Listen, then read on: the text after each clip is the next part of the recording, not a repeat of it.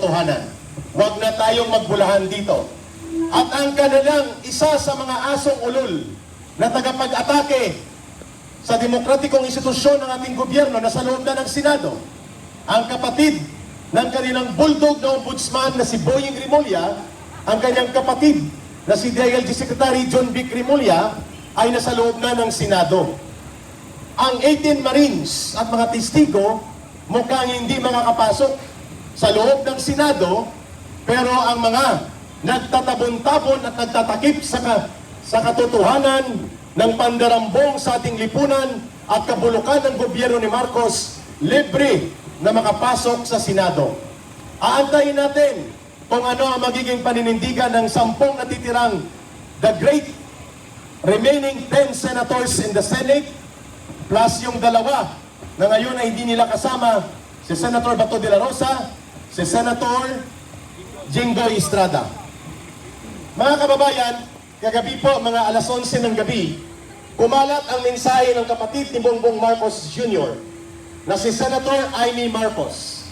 At ang binabanggit ni Senator Amy Marcos alas 10 ngayong umaga, nananawagan siya sa sambayanang Pilipino na tumungo sa lansangan sa labas ng Senado upang maging bahagi ng pagtatanggol sa institusyon ng Senado, pagtatanggol sa katarungan at katotohanan, kung saan, kung hindi matutuloy sa loob ng Senado ang tinatawag na Senate Blue Ribbon Committee investigation, gaganapin natin ang Senate Blue Ribbon investigation dito sa lansangan mismo sa labas ng Senado. Payag ba kayo, mga kapatid? Payag ba kayo, Captain Ray Valeros? Payag ba kayo, mga kababayan? Ayun! Kumuha ka ng isang microphone, samahan mo dito. Si Ka Eric Badre Oliver, where are you? Halika kayo, mga kababayan. Sa oras na ito ay magsisimula po ang ating countdown at panawagan. Ang Senado ay hindi pagmamay-ari ni Marcos Jr. Ang Senado ay hindi pagmamay-ari ng 12 hudas ng mga senador na ngayon ay ginagamit ni Ginoong Marcos sa pagtatabon-tabon sa kanyang kriminal na pananagutan, sa kanyang pananagutan sa pandarambong at pangungurakot sa kaban ng bayan.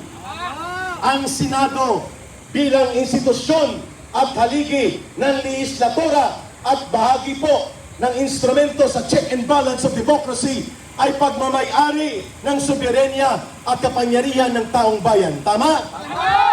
Kaya ang Senado po, kung hindi papayagan physically sa loob gumawa ng Senate Blue Ribbon Committee investigation, mga kababayan, ang ating dapat gawin ay ang pagkakaroon ng Senate Blue Ribbon Committee direkta mismo sa hanay ng mga mamamayang Pilipino.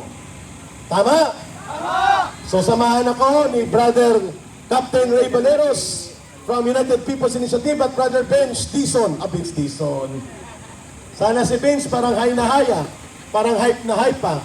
Kuya Eric, ito yung pagkakataon na baka pwedeng sagutin mo yung katanungan natin. Nakikita natin yung alyansa ng Makabayan, Dilawan at saka administration. Ano yung masasabi mo dahil kahapon at mga nakarang araw pa, nakikita natin talaga yung hatak nila, bayaran talaga yon at bilib ako, ang nagdadala lang yung nagchat-chant eh. Pero yung mga nakasunod sa kanila, hindi nila alam kung ano yung dahilan, bakit sila nandito. So, ang tanong ko sa iyo, Kuya Eric, ganito. Ano ba talaga yung galaw ngayon ng Makabayan, bakit sila nag-alyansa sa Dilawan at sa Rehimeng Marcos? Kuya Eric. Magandang tanong yan, mga kababayan. Ang Makabayan Block o yung Kamatayan Block sa Kongreso, yung Bayan Muna, Anak Pawis, Gabriela, Kabataan NPA Recruiter, tsaka yung Alliance of Communist Teachers. Ito po ay mga organisasyon, Brother Captain Ray, na hawak ng Communist Party of the Philippines, New People's Army at ng NDF. Tinatawag po silang urban operatives. Ibig sabihin po, mga kababayan, sila ay naglalayong pabagsakin ang gobyerno. Para mapabagsak ang gobyerno, ang isang klasiko na taktika nila is mag-infiltrate sa gobyerno. Dito ka ba, Captain Ray? Nag-feedback ka, dito. Ang ibig sabihin po, join the government to destroy the government. Yan po yun. Ibig sabihin po, si Marcos at sina Romualdez nagpapagamit at naggagamitan sa mga komunistang urban operatives para pahinain ang gobyerno. Sa pagkadesperado ng gobyerno ni Marcos na magkaroon ng suporta sa poder dahil ang taong bayan ayaw sa kanya, ginamit nito ang mga kalaban ng kanyang kalaban. Ang prinsipyo naman dyan, mga kababayan, ay the enemy of your enemy can be your friend. Ang kaaway ng iyong kaaway ay pwedeng gamitin mo na maging kaibigan. So kaaway po ng Duterte Good Government Projects and Programs ang CPP, NPA, NDF dahil nilalabanan po ni Pangulong Duterte at ng kanyang pamumuno at ng uri ng kanyang politika ang terorismo, ang kriminalidad, ang droga, ang sindikato at mga kurakot. Lahat ng ito ay ginagawa ni Marcos. Kaya kailangan niya ng lumalaban sa mga Duterte. Ginagamit po ang makabayad o kamatayan black na ito para lituhin at linlangin ang taong bayan. Pero hindi tayo papayag. Sapagkat ang hanay ng mamamayan na nagmamahal sa tamang pamamahala, matino at matuwid na gobyerno ay higit na mas marami kaysa mga urban operatives na ito na pinupunduhan at ginagamit ni Marcos para umatake sa mga Duterte. Yan ang tinatawag na classic divide and rule, and then let your enemy become your friend for a while you are still using them to destroy your main enemy. Sino ang main enemy ni Marcos? Ang mga Duterte. Dahil hindi siya papayag na magiging matino ang gobyerno, walang korupsyon at walang pandarambong. Sino ang apektado kapag Duterte ang namumuno o may kaparehong programa sa mga Duterte? Ang CPP, NPA, NDF.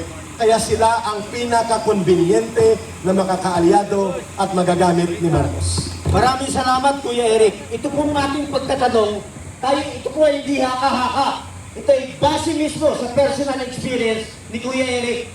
Alam natin lahat, dati siyang kadre at ngayon nasa gobyerno, tumutulong siya sa panahon ni PRRD. So may pinagmumulan ang kanyang mga sinasabi sa akin. Kuya Eric, pakalawang importanteng tanong. Yes!